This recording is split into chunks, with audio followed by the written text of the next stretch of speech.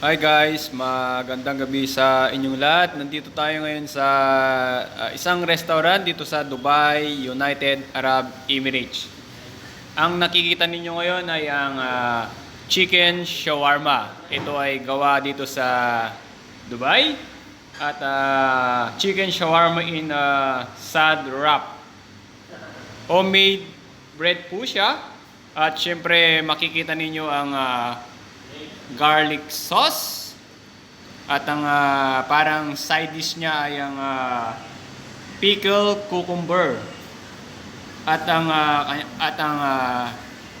chili or sili. Siyempre meron din siyang french fries at ayan, nakikita nyo ang kabuuan ng in-order kong pagkain.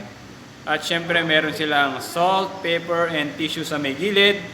At umorder din ako ng Fanta para naman meron akong drinks. At syempre dala-dala ko palagi ang aking Dettol.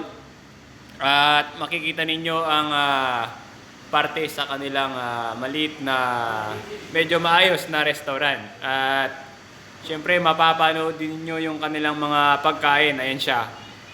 Masasarap ang pagkain dito at kaya trinay kong kumain dito. Ayan. Ito ang kanilang restaurant. Ayan siya.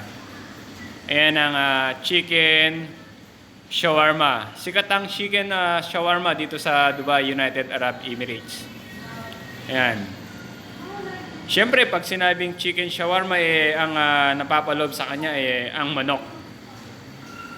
Ayan. Ngayon ko lang matitikman ito, kaya umorder ako. Sa aking mga subscriber, paki-subscribe ang aking YouTube channel at paki-click ng notification bell. Magandang gabi sa inyong lahat at mabuhay kayong lahat. Maraming salamat po. Sa muli, mabuhay.